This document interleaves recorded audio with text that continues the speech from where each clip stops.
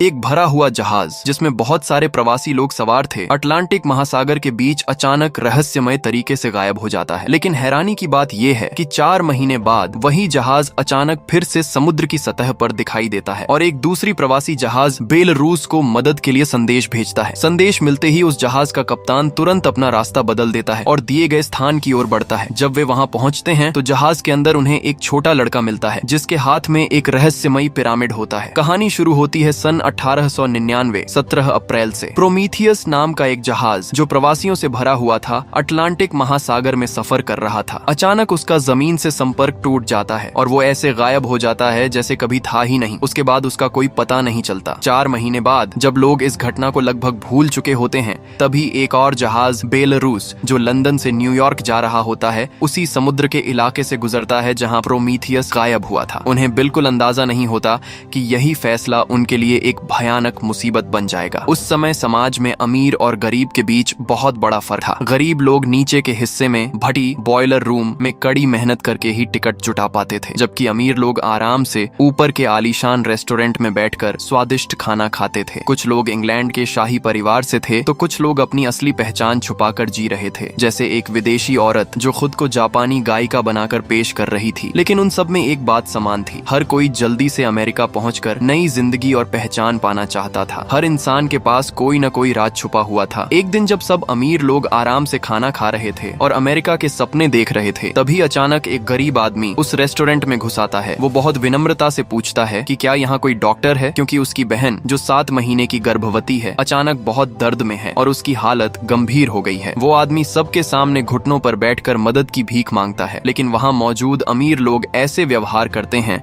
जैसे उन्होंने कुछ सुना ही नहीं। उन्हें एक गरीब इंसान की जान की कोई परवाह नहीं होती। ये सब देखकर मोरा नाम की एक महिला उसके पीछे चली जाती है ताकि देख सके कि आखिर मामला क्या है। नीचे पहुंचने पर वो देखती है कि एक गर्भवती महिला दर्द से तड़प रही है। मोरा एक गिलास की मदद से जांच करती है और समझ जाती है कि बच्चे की नाल उसके गले में उलझ गई है। वो कहती है कि वो अपने तरीके से बच्चे की स्थिति बदलने की कोशिश करेगी, लेकिन इसके लिए महिला को थोड़ा दर्द सहना पड़ेगा। एक छोटी लड़की सबको ये बात समझाती है। फिर सबकी आंखों के सामने मोरा अपने हाथों से बच्चे की स्थिति बदल देती है और धीरे धीरे उस महिला का दर्द कम हो जाता है। जिस आदमी ने मदद मांगी थी वो मोरा का धन्यवाद करता है। जब मोरा हाथ धोकर जाने लगती है तभी वही छोटी लड़की उसके पास आकर कहती है कि वो भी बड़ी होकर मोरा जैसी डॉक्टर बनना चाहती है। फिर वो पूछती है क्या मोरा के अपने बच्चे हैं। ये सुनते ही मोरा के दिमाग में अचानक कुछ अजीब यादें चमकने लगती हैं। वो घबरा जाती है और तुरंत वहाँ से चली जाती है। इसी बीच जहाज के कप्तान को एक अजीब सा मदद का संकेत मिलता है। उसमें दिए गए स्थान के अनुसार वो जगह उनसे करीब 7 घंटे की दूरी पर होती है। कप्तान सोचता है क्या ये वही जहाज हो सकता है जो 4 महीने पहले गायब हुआ था, क्योंकि दोनों जहाज एक ही कंपनी के हैं। कप्तान फैसला करता है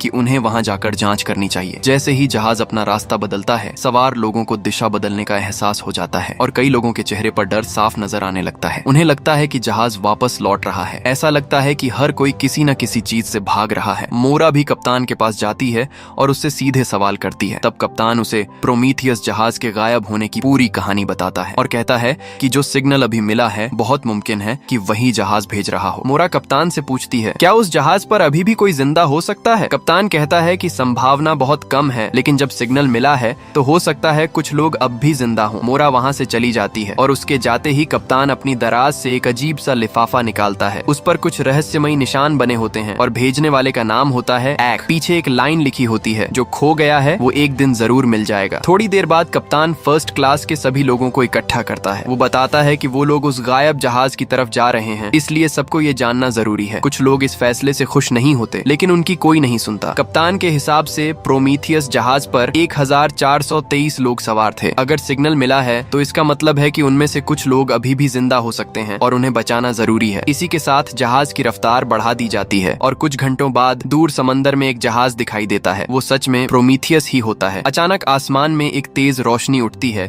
और उस सुनसान जहाज को देखकर सबके दिल में अजीब सा डर बैठ जाता है। कप्तान का सहायक उसे वापस लौटने की सलाह देता है। वो कहता है कि कंपनी को लोकेशन भेज देते हैं, वही लोग आकर संभाल लेंगे, लेकिन कप्तान मानने से इनकार कर देता है। वो फैसला करता है कि कुछ लोग पहले वहां जाकर खुद हालात देखेंगे। मोरा तुरंत आगे आती है और कहती है कि वो भी साथ जाएगी क्योंकि वो डॉक्टर है और जरूरत पड़ सकती है। सावधानी के लिए कप्तान एक पादरी रामिरो को भी साथ ले जाता है क्योंकि समुद्र में भूतिया जहाजों की कहानियां हमेशा से सुनने को मिलती रही हैं। फिर सब लोग एक छोटी नाव में बैठकर प्रोमीथियस के पास पहुंचते जाते हैं। अजीब बात ये होती है कि कप्तान जोर जोर से आवाज लगाता है लेकिन कोई जवाब नहीं देता। पूरा जहाज इतना शांत होता है कि डर और भी बढ़ जाता है। आखिर सच्चाई जानने के लिए सब लोग सीढ़ी के सहारे जहाज पर चढ़ जाते हैं। अंदर पहुंचते ही वो देखते हैं कि हर जगह टूट फूट और बर्बादी फैली हुई है। ऐसा लगता है जैसे यहाँ बहुत समय से कोई जिंदा ही नहीं है। धीरे धीरे डर सबके दिल में घर करने लगता है। तभी खोजबीन करते हुए कप्तान के पैर के पास एक कपड़े का टुकड़ा मिलता है। वो उसे उठाकर ध्यान से देखता है। उस पर कुछ अजीब निशान बने होते हैं। उसे देखकर कप्तान को जैसे कुछ याद आ जाता है और वो तुरंत उसे छुपा लेता है। मोरा उससे पूछती है कि क्या हुआ, लेकिन वो कुछ नहीं बताता। इसके बाद सब लोग कंट्रोल रूम में पहुंचते हैं और वहाँ जो देखते हैं उससे सब हैरान रह जाते हैं। जिस मशीन से सिग्नल भेजा जाता है वो तो बहुत पहले से खराब पड़ी है। तो फिर सवाल ये उठता है, अगर मशीन खराब है तो सिग्नल आया कैसे? क्या ये किसी मरे हुए इंसान की आत्मा का काम है? सबके चेहरे पर डर साफ नजर आने लगता है। तभी अचानक दूर से एक आदमी उनके जहाज केरबेरोस से चढ़कर यहाँ आ जाता है। इसी बीच मोरा की नजर नीचे पड़ती है। वहाँ एक हरे सुनहरे रंग का अजीब सा कीड़ा रेंग रहा होता है। उसे देखकर मोरा को अपनी पुरानी धुंधली यादें याद आने लगती हैं और वो अनजाने में उस कीड़े के पीछे पीछे चल पड़ती है। कीड़ा उसे एक बंद अलमारी तक ले जाता है जिसका दरवाजा लोहे की छड़ से अटका हुआ होता है। मोरा हैरान होती है। तभी अंदर से जोर जोर की दस्तक की आवाज आती है। ये सुनते ही सब लोग डर जाते हैं। किसी को नहीं पता कि अंदर क्या बंद है। ज्यादातर लोग पीछे हट जाते हैं लेकिन मोरा थोड़ी हिम्मत करके आगे बढ़ती है। वो कप्तान की तरफ देखती है जिसके हाथ में बंदूक होती है। इशारा करती है कि अगर अंदर कुछ खतरनाक निकले तो वो गोली चला दे। फिर हिम्मत करके वो दरवाजा खोलती है लेकिन अंदर जो होता है वो देखकर सब हैरान रह जाते हैं। अंदर कोई डरावनी चीज नहीं बल्कि एक बिल्कुल साफ सुथरा छोटा लड़का खड़ा होता है। वो चुपचाप बाहर आता है और सीधे मोरा के पास आकर रुक जाता है। फिर वो अपनी जेब से एक अजीब सा काला त्रिकोण पिरामिड निकालता है और मोरा को दे देता है। ये सब इतना अजीब और रहस्यमय होता है कि कोई समझ ही नहीं पाता ये लड़का आखिर है कौन। मोरा उससे बात करने की कोशिश करती है लेकिन वो कुछ भी नहीं बोलता, जैसे कि वो गूंगा हो। एक डॉक्टर होने के नाते मोरा उसके दिमाग की जांच करने के लिए आगे बढ़ती है। मोरा जब उस लड़के की जांच करने लगती है तो उसे अचानक उसकी गर्दन के पीछे एक अजीब सा निशान दिखाई देता है। ये निशान बिल्कुल वैसा ही होता है जैसा उसने पहले कहीं देखा हो। इसी बीच कप्तान जब वापस अपने जहाज पर लौटा है तो उसे एक और डरावनी खबर मिलती है। पूरे जहाज के सारे कंपास अचानक एक ही रात में काम करना बंद कर देते हैं। वो अपना खुद का कंपास निकाल कर देखता है लेकिन वो भी दिशा बताने में पूरी तरह फेल हो चुका होता है। इतने बड़े लोहे के जहाज जिसका वजन करीब 45,000 टन है, उसे देखकर कप्तान के मन में कई सवाल उठने लगते हैं। दूसरी तरफ मोरा जब अपने कमरे में लौटती है तो देखती है कि दरवाजे के पास एक अनजान आदमी खड़ा है। वो आदमी कहता है कि वो बस ऐसे ही आया था क्योंकि उसे अंदर से कुछ अजीब आवाजें सुनाई दी थी। फिर वो अपना नाम बताता है, डैनियल, और कहता है कि वो बगल वाले कमरे में रहता है। मोरा उसे देखकर अजीब सा महसूस करती है जैसे वो उसे पहले से जानती हो लेकिन याद नहीं आ रहा होता। डैनियल ज्यादा कुछ कहे बिना अपने कमरे में चला जाता है लेकिन अंदर जाते ही वो एक फोटो निकालता है और उस फोटो में साफ साफ मोरा की तस्वीर होती है। दूसरी ओर कप्तान प्रोमीथियस जहाज से लौटने के बाद से ही बेचैन रहने लगा है। असल में जो कपड़े का टुकड़ा उसे वहाँ मिला था वो उसकी मरी हुई बेटी का था और अब तो उसे अपनी बेटी की आवाज भी जहाज के गलियारों में सुनाई देने लगती है। वो समझ नहीं पाता कि ये सब आखिर हो क्या रहा है। तभी अचानक उसे दूर एक छोटी लड़की दिखाई देती है और ध्यान से देखने पर वो चौंक जाता है। वो लड़की उसकी अपनी बेटी ही होती है। कप्तान तुरंत उसके पीछे भागता है लेकिन एक पल में वो गायब हो जाती है। क्या ये सिर्फ उसका वहम है? तभी पास का एक दरवाजा अपने आप खुल जाता है और अंदर से उसकी बेटी की गाने की आवाज आती है। कप्तान बिना सोचे अंदर चला जाता है और अचानक वो खुद को अपने पुराने घर में पाता है। वही घर जहाँ सालों पहले आग लगने से उसकी पत्नी और बच्चे मर गए थे। कप्तान जानता है कि ये सब शायद एक भ्रम है लेकिन फिर भी वो अपने आंसू नहीं रोक पाता। वो अपनी बड़ी बेटी को गले लगाता है लेकिन अगले ही पल अचानक आग की लपटें चारों तरफ फैल जाती हैं। कुछ देर बाद जब उसे होश आता है तो सब कुछ जलकर खंडहर बन चुका होता है। उसी समय उसे एक हरा कीड़ा दिखाई देता है। वो धीरे धीरे उसके पीछे चलता है। कीड़ा रेंगते हुए एक फायर प्लेस के अंदर चला जाता है और जब वो दूसरी तरफ निकलता है तो कप्तान खुद को फिर से जहाज के कमरे में पाता है। अब सवाल ये है, जो कुछ अभी हुआ वो सच था या सिर्फ एक सपना? और उस कमरे में ये अजीब गुप्त रास्ता आखिर आया कहाँ से? इसी दौरान एक छोटी लड़की जो अपने खिलौने के साथ खेल रही होती है उसे वही हरा कीड़ा दिखाई देता है। वो झुककर उसे ध्यान से देखने की कोशिश करती है लेकिन कीड़ा अचानक भाग जाता है। लड़की बिना सोचे उसके पीछे दौड़ पड़ती है और उसे फॉलो करते करते जहाज के डेक तक पहुंच जाती है। तभी अचानक एक आदमी उसके सामने आ जाता है। वो झुककर उस कीड़े को अपने हाथ में उठा लेता है। कुछ समय बाद कप्तान फिर से सभी लोगों को इकट्ठा करता है। इस बार वो एक बड़ा फैसला लेता है। वो प्रोमीथियस जहाज को साथ लेकर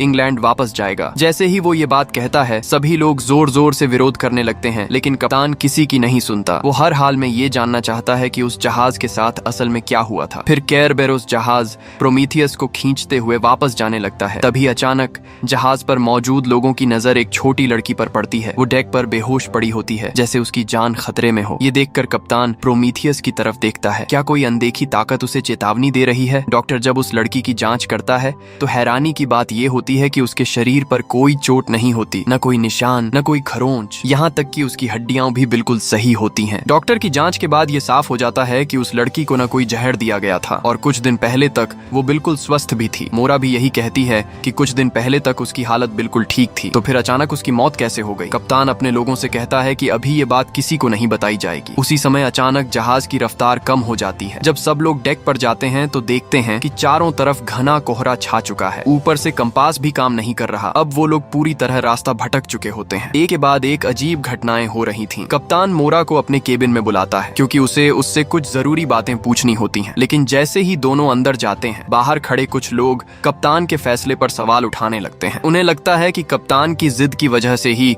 सब इस मुसीबत में फंसे हैं। इधर केबिन में कप्तान मोरा को वो कपड़े का टुकड़ा दिखाता है और बताता है कि ये उसकी बेटी के कपड़ों का हिस्सा है। वो कहता है कि ये डिजाइन उसकी पत्नी ने अपने हाथों से बनाया था। लेकिन हैरानी की बात ये है कि उसकी पत्नी और बच्चे 2 साल पहले घर में लगी आग में मर चुके हैं। तो फिर ये चीज उस जहाज पर कैसे पहुंची? कप्तान ये भी बताता है कि उसे हाल ही में ऐसी चीजें दिखाई दे रही हैं जो असल में हैं ही नहीं। सब कुछ बहुत अजीब और समझ से परे है। मोरा उसकी बात सुनकर कहती है कि शायद ये सब मानसिक दबाव की वजह से हो रहा है, यानी उसे भ्रम हो रहे हैं। लेकिन कप्तान उसे यकीन दिलाने के लिए बिस्तर के नीचे का ढक्कन हटाता है और दिखाता है कि वहाँ एक गुप्त रास्ता है। वो कहता है कि उसे इस जहाज का हर कोना पता है और यहाँ पहले कभी ऐसा रास्ता नहीं था। इससे उसे शक होता है कि ये सब जहाज की कंपनी का कोई खेल है। शायद प्रोमीथियस ने कुछ ऐसा खोज लिया था जिसकी वजह से उसके साथ ये सब हुआ। अब कप्तान उस जहाज की लॉग बुक ढूंढना चाहता है क्योंकि उसमें शायद सारे जवाब छुपे हो सकते हैं। मोरा भी उसके साथ जाने के लिए तैयार हो जाती है। दोनों एक छोटी नाव में बैठकर फिर से प्रोमीथियस की तरफ निकल जाते हैं, लेकिन उन्हें नहीं पता होता कि उनके पीछे क्या चल रहा है। इधर जहाज पर कप्तान के कुछ लोग मिलकर एक साजिश रच रहे होते हैं। दूसरा अफसर, जिसे सब दाढ़ी वाला कहते हैं, कप्तान के आदेश को मानने से इनकार कर देता है। वो नीचे गरीब लोगों के हिस्से में जाता है और उस गर्भवती महिला को ढूंढता है। असल में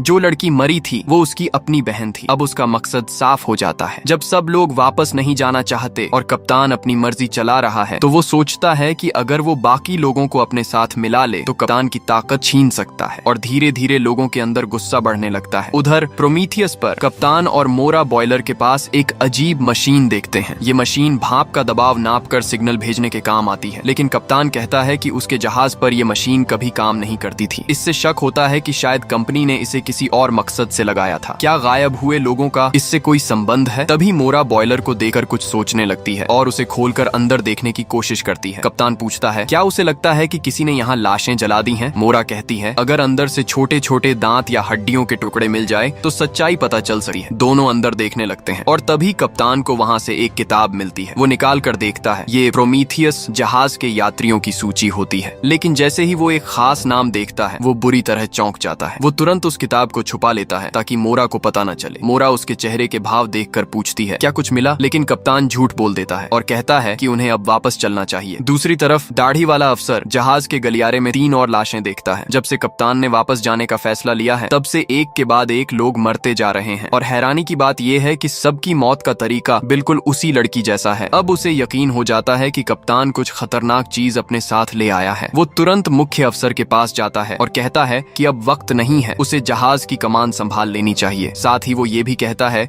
कि प्रोमीथियस जहाज को डुबा देना चाहिए, लेकिन मुख्य अफसर हिचकिचाता है और कहता है कि वो कप्तान के लौटने का इंतजार करेगा। अब दाढ़ी वाला किसी और पर भरोसा नहीं करता, वो खुद ही कदम उठाने का फैसला करता है। दाढ़ी वाला अफसर अब नीचे के लोगों को भड़काने लगता है। वो उन्हें कप्तान के खिलाफ खड़े होने के लिए उकसाता है। वैसे भी ये लोग पहले से ही वापस जाने के खिलाफ थे। ऊपर से लगातार हो रही मौतों ने सबके अंदर गुस्सा भर दिया था। कुछ ही समय में सभी लोग उसके साथ खड़े हो जाते हैं और अब जहाज पर बगावत होने वाली होती है। उधर कप्तान को इस सब की कोई खबर नहीं होती। वो फिर से उस यात्री सूची को निकाल कर देख रहा होता है। इस बार उसकी हैरानी की वजह साफ होती है। उसे उस लिस्ट में मोरा का नाम दिखाई देता है, यानी मोरा का नाम उसी जहाज प्रोमीथियस के यात्रियों में दर्ज है। अब सवाल ये उठता है, क्या मोरा की खोई हुई यादों का इस जहाज से कोई संबंध है? इसी दौरान जब मोरा समंदर की तरफ खोई हुई सी देख रही होती है तभी डैनियल उसके पास आता है। वो उसे बताता है कि जहाज पर बगावत शुरू हो चुकी है और उसे तुरंत अपने कमरे में लौट जाना चाहिए, नहीं तो वो भी खतरे में पड़ सकती है। उसी वक्त दाढ़ी वाला अफसर अफसर और उसके लोग गुस्से में कप्तान की तरफ बढ़ते हैं, लेकिन वो मोरा को कुछ नहीं कहते और मोरा भी जल्दी से अपने कमरे की तरफ भागती है। उसे डर होता है कि अगर कप्तान के साथ कुछ हुआ तो उसके कमरे में मौजूद वो छोटा लड़का भी खतरे में पड़ सकता है। कुछ ही देर में वो लोग कप्तान के कमरे में घुस जाते हैं और जो भी उनका साथ नहीं देता उसे पकड़ लेते हैं। यहाँ तक कि मुख्य अफसर को भी। कप्तान कुछ समझ ही नहीं पाता और देखते ही देखते पूरा जहाज उनके कब्जे में चला जाता है। लेकिन क्या सच में अब सब उनके हाथ में है? इसी बीच डैनियल एक अजीब सा उपकरण निकालता है और उस पर कुछ सेटिंग्स बदलता है। जैसे ही वो ऐसा करता है, दूर खड़े प्रोमीथियस जहाज के अंदर की मशीनें अपने आप चलने लगती हैं और अचानक करीब 45,000 टन वजन वाला वो विशाल जहाज हवा में गायब हो जाता है। सबसे हैरानी की बात यह है कि केरबेरोस पर मौजूद किसी को इसका पता भी नहीं चलता। उधर दाढ़ी वाले अफसर के नेतृत्व में वो लोग कप्तान को बंदी बना लेते हैं, लेकिन इसके बावजूद जहाज पर अजीब मौतों का सिलसिला रुकता नहीं। लोग एक एक करके मरते जा रहे हैं और हर किसी की मौत बिल्कुल एक जैसी, बिना किसी बाहरी चोट के। तभी अचानक लोगों को पता चलता है कि प्रोमीथियस जहाज गायब हो चुका है। सब हैरान रह जाते हैं, लेकिन फिर कोई कंपास देखकर एक और चौंकाने वाली बात बताता है। शायद गायब प्रोमीथियस नहीं हुआ है, बल्कि गायब तो उनका अपना जहाज केरबेरोस हुआ है, क्योंकि जहाज की दिशा बदल चुकी है और वो अब उसी जगह पर पहुंच चुका है जहां से 3 दिन पहले उन्होंने सफर शुरू किया था। यानी वो लोग अचानक समय में पीछे लौट आए हैं। क्या अब सब कुछ फिर से दोहराया जाएगा? दाढ़ी वाला अफसर तुरंत फैसला करता है। वो दिशा बदलकर पूरी रफ्तार से न्यूयॉर्क जाएगा। अब वही इस जहाज का सबसे बड़ा अधिकारी है और बाकी सबको उसकी बात माननी पड़ती है। लेकिन जहाज पर हो रही रहस्यमयी मौतों से लोग डर चुके होते हैं। कुछ लोग मुख्य अफसर से सवाल करते हैं कि आखिर ये सब हो क्या रहा है। तब वो सच बताता है कि कप्तान प्रोमीथियस से एक छोटा लड़का लेकर आया था और उसके आने के बाद ही ये मौतें शुरू हुई हैं। अब कुछ लोग मान लेते हैं कि वही लड़का कोई शैतानी शक्ति है और वो उसे ढूंढकर खत्म करना चाहते हैं। इसके बाद लोग फर्स्ट क्लास में घुसकर हर जगह उस लड़के को ढूंढने लगते हैं। पूरा जहाज अफरा तफरी में बदल जाता है। इसी बीच कप्तान और उसके साथ खड़े पादरी रामिरो एक वेंटिलेशन रास्ता खोलकर बाहर निकलने की कोशिश करते हैं। दोनों उस तंग रास्ते से निकलकर बाहर आते हैं। कप्तान पास में एक हथौड़ा ढूंढता है और पादरी से कहता है कि वो उसकी हथकड़ी तोड़ दे। जैसे ही पादरी ऐसा करने वाला होता है, तभी एक आदमी और एक औरत वहां आ जाते हैं। वो आदमी कहता है कि वो उनकी मदद करेगा और अपनी जेब से एक लोहे की कील निकालता है। फिर वो आगे बढ़कर उस कील को हथकड़ी के जोड़ में फंसा देता है। वो आदमी पादरी को इशारा करता है कि बस उस जोड़ पर चोट मारो और जैसे ही पादरी 2 जोरदार वार करता है, कप्तान की हथकड़ी टूट कर गिर जाती है। आजाद होते ही कप्तान कहता है कि वो एक लाइफ बोट लेकर प्रोमीथियस जहाज पर जाएगा और वहां का टेलीग्राफ ठीक करके कंपनी को मदद का संदेश भेजेगा। शायद वो अब उन बागी लोगों के साथ नहीं रहना चाहता था। उधर जैसे किसी खतरे का एहसास हो गया हो, वो छोटा लड़का मोरा को अपने साथ ले जाता है। वो दोनों एक हरे कीड़े के पीछे पीछे चलते हैं और रास्ते में खोज रहे लोगों से बचते हुए आगे बढ़ते हैं। जब कीड़ा एक कमरे के अंदर चला जाता है तो मोरा और लड़का भी उसके पीछे अंदर चले जाते हैं, लेकिन उन्हें पता नहीं होता कि एक नौजवान उन्हें चुपके से देख रहा है। अंदर जाते ही मोरा कप्तान और बाकी लोगों को देखती है। वो तुरंत उसके पास जाती है और कहती है कि वो उसे ढूंढ रही थी, लेकिन कप्तान उसे रोककर सवाल पूछता है, उसे प्रोमीथियस के बारे में कितना पता है। दरअसल कप्तान अब उस लिस्ट के बारे में सच जानना चाहता था। मोरा कुछ कह पाती उससे पहले ही छोटा लड़का उसके सामने खड़ा हो जाता है, जैसे उसे बचा रहा हो। तभी उस नौजवान की बताई हुई जगह पर दाढ़ी वाला अफसर अपने लोगों के साथ पहुंच जाता है। कप्तान उन्हें शांत करने की कोशिश करता है, लेकिन दाढ़ी वाला गुस्से में उसे पीछे हटने को कहता है। वो चिल्लाकर कहता है कि अब बहुत लोग मर चुके हैं और इस शैतानी लड़के को खत्म करना जरूरी है। लेकिन तभी सबको हैरानी होती है। वो छोटा लड़का खुद ही आगे बढ़ जाता है, जैसे वो खुद को बलिदान करने के लिए तैयार हो। एक आदमी उसे बचाने की कोशिश करता है, लेकिन दाढ़ी वाला उस पर गोली चला देता है। फिर वो सब लोगों को पकड़कर वापस ले जाते हैं, लेकिन कुछ देर बाद जिस आदमी को गोली लगी थी वो अचानक उठ बैठता है। असल में गोली सिर्फ उसके हाथ में लगी थी। वो संभल कर उठता है, जमीन से हथौड़ा उठाता है और धीरे धीरे उस जगह पहुंचता है जहां कप्तान को कैद किया गया है। वहां सिर्फ 2 साधारण लोग पहरा दे रहे होते हैं। वो दोनों को मारकर बेहोश कर देता है और दरवाजा खोल देता है। अंदर कई लोग बंद होते हैं, ज्यादातर वो जो बागियों का साथ नहीं देना चाहते थे। वो आदमी सबको बताता है कि हालात बहुत खराब हो चुके हैं और उन्हें उस लड़के को बचाना होगा। उधर बाहर एक बूढ़ी औरत चिल्लाकर कहती है कि वही लड़का सबकी आत्मा खा रहा है। वो लोगों को भड़काती है कि अगर इस बदकिस्मती से बचना है तो उस लड़के को समुद्र में बलि चढ़ाना होगा। उसकी बात सुनकर भीड़ और ज्यादा भड़क जाती है। सब चिल्लाने लगते हैं, उसे जहाज से नीचे फेंक दो। तभी कप्तान और उसके लोग वहां पहुंचते हैं। मोरा जोर से कहती है कि इन मौतों का उस लड़के से कोई लेना देना नहीं है, लेकिन वो बूढ़ी औरत सबको उकसाती रहती है और फिर दोनों पक्षों के बीच लड़ाई शुरू हो जाती है। पूरा डेक जंग का मैदान बन जाता है। इसी अफरा तफरी में मोरा की नजर उस छोटे लड़के पर पड़ती है। वो उसकी तरफ दौड़ती है उसे बचाने के लिए, लेकिन देर हो चुकी होती है। वो बूढ़ी औरत उस लड़के को उठाकर सीधे समुद्र में फेंक देती है। अब जब लोगों को लगता है कि खतरा खत्म हो गया है तो लड़ाई भी रुक जाती है। दोनों पक्ष अलग अलग जाकर बैठ जाते हैं। मोरा एक कोने में बैठकर खुद को दोष देने लगती है। तभी डैनियल उसके पास आता है और उसे सांत्वना देने की कोशिश करता है। मोरा को अब भी डैनियल पर शक होता है। उसे समझ नहीं आता कि वो आदमी आखिर है कौन। तभी कप्तान फिर से मोरा के पास आता है। वो उसे अलग ले जाकर प्रोमीथियस की यात्री सूची दिखाता है और पूछता है उसका नाम उस लिस्ट में क्यों है। मोरा ये देखकर हैरान रह जाती है। उसे खुद भी यकीन नहीं होता। कप्तान उससे पूछता है वो आखिर है कौन। तभी अचानक पीछे रखी एक अलमारी से जोर जोर की आवाजें आने लगती हैं। ये देखकर वहाँ मौजूद सभी लोग डर जाते हैं और फिर जो होता है वो और भी चौंकाने वाला होता है। जिस लड़के को अभी अभी समुद्र में फेंका गया था वो उसी अलमारी के अंदर से बाहर निकल आता है। वो सीधे मोरा के पास जाता है और उसे कसकर गले लगा लेता है। जो दृश्य अभी सबके सामने था वो ऊपर से तो बहुत भावुक लगता है। एक छोटा लड़का मोरा को गले लगा रहा है, लेकिन बाकी लोगों को ये सब बेहद अजीब और डरावना लग रहा होता है। थोड़ी ही देर बाद मोरा अचानक होश में आती है। वो सोचने लगती है क्या अभी जो कुछ हुआ वो सब सिर्फ एक सपना था। तभी डैनियल कहता है कि मोरा अचानक बेहोश हो गई थी और उस लड़के को फिर से बंद कर दिया गया है। ये सुनते ही मोरा तुरंत उसे बाहर निकालने दौड़ती है, लेकिन कप्तान उसे रोक देता है। वो कहता है जिस लड़के को समुद्र में फेंका गया था उसका जिंदा बचना नामुमकिन है। इसमें जरूर कुछ गड़बड़ है। फिर वो मोरा से सवाल करता है क्या वो कुछ छुपा रही है, क्योंकि उसका नाम उस जहाज की लिस्ट में होना कोई आम बात नहीं है। मोरा कुछ समझ नहीं पाती, लेकिन अलमारी के अंदर से आती जोर जोर की आवाज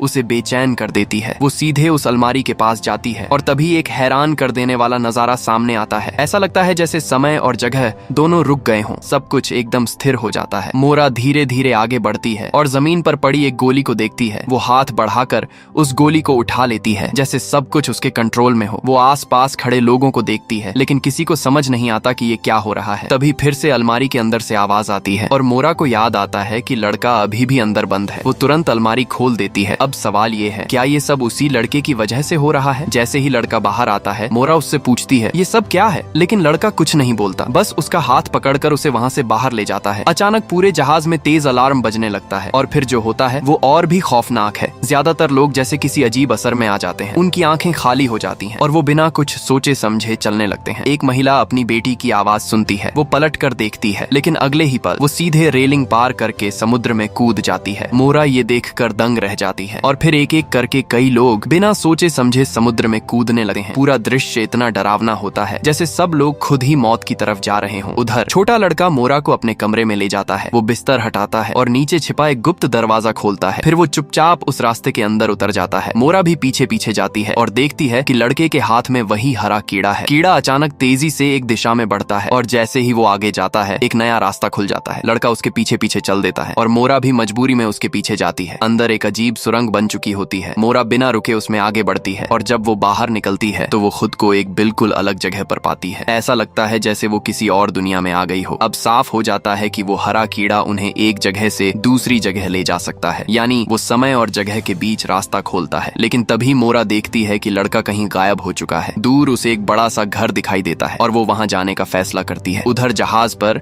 डैनियल जल्दी जल्दी मोरा के कमरे में पहुंचता है और जैसे ही वो खुला हुआ गुप्त रास्ता देखता है वो गुस्से में कुछ कहता है और तुरंत अंदर कूद जाता है। लेकिन इस बार वो रास्ता बंद हो चुका होता है। डैनियल तुरंत अपना अजीब उपकरण निकालता है और कुछ सेटिंग्स बदलता है। कुछ ही पल में वो रास्ता फिर से खुल जाता है। वो तेजी से अंदर घुसता है और बाहर निकलते ही दूर उस लड़के को देख लेता है। इस बार वो छोटा लड़का पहली बार बोलता है। उनकी बातचीत से ये पता चलता है कि मोरा ने सच में अपनी कुछ यादें खो दी हैं और डैनियल किसी ऐसे इंसान को रोकना चाहता है जो बार बार इस पूरी घटना को फिर से शुरू कर देता है, यानी एक नया चक्र शुरू होने वाला है। अब धीरे धीरे सच्चाई सामने आने लगती है। ऐसा लगता है कि ये जहाज जिस दुनिया में है वो असली दुनिया ही नहीं है। जब मोरा उस बड़े घर के अंदर जाती है तो देखती है कि पूरा कमरा खाली है और बीच में सिर्फ एक अजीब सी कुर्सी रखी हुई है। ये वही जगह होती है जो वो बार बार अपने सपनों में देखती रही है, लेकिन फिर भी उसे कुछ भी याद नहीं आता। तभी पीछे से एक आदमी की आवाज आती है। मोरा मुड़कर देखती है और सामने उसका अपना पिता खड़ा होता है। वो गुस्से में पूछता है तुमने वो चीज कहाँ छुपाई है। मोरा समझ ही नहीं पाती कि वो किस चीज की बात कर रहा है। तभी अचानक दो लोग आते हैं और मोरा को पकड़कर उस कुर्सी पर बैठा देते हैं। फिर उसे एक अजीब सा इंजेक्शन दिया जाता है। जब मोरा होश में आती है तो वो खुद को फिर से जहाज पर पाती है। वो अपनी कलाई पर पड़े निशान देखती है और समझ जाती है कि जो कुछ अभी हुआ वो सपना नहीं हकीकत थी। अब वो तुरंत कप्तान के पास जाती है, लेकिन कप्तान अब उस पर शक करने लगा है। एक तो उसका नाम उस लिस्ट में था और दूसरा वो उस लड़के के साथ अचानक गायब कैसे हो गई। मोरा कहती है कि उसे कुछ बातें समझ में आई हैं, लेकिन सच बहुत ही अजीब और पागलपन जैसा है। कप्तान उसे एक शांत जगह पर ले जाता है ताकि वो आराम से सब समझा सके।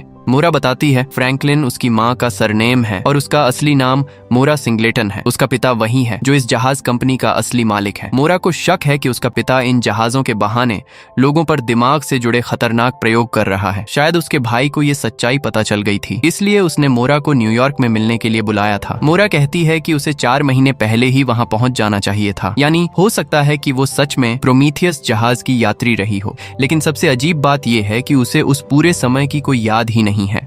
तभी उसकी नजर मेज पर रखे हरे कीड़े पर पड़ती है। वो तुरंत उसे एक गिलास से ढक देती है और फिर एक डिब्बे में बंद कर देती है। उसे भले ही ये समझ नहीं आता कि ये कैसे काम करता है, लेकिन उसने उस लड़के को इसका इस्तेमाल करते देखा था। जब वो उस कीड़े को एक गुप्त दरवाजे के पास रखती है तो वो कीड़ा धीरे धीरे दीवार के पार चला जाता है और अचानक एक नया रास्ता खुल जाता है। मोरा बिना समय गंवाए उस रास्ते में घुस जाती है और कप्तान भी उसके पीछे पीछे आता है, लेकिन इस बार वो जगह पहले से अलग होती है। तभी कप्तान कुछ ऐसा देखता है कि वो घबराकर आगे भागने लगता है। मोरा उससे पूछती है क्या वो जानता है ये जगह क्या है। कप्तान दुख भरी आवाज में कहता है ये मेरा घर है, वही घर जहां उसकी पत्नी और बच्चे आग में जलकर मर गए थे।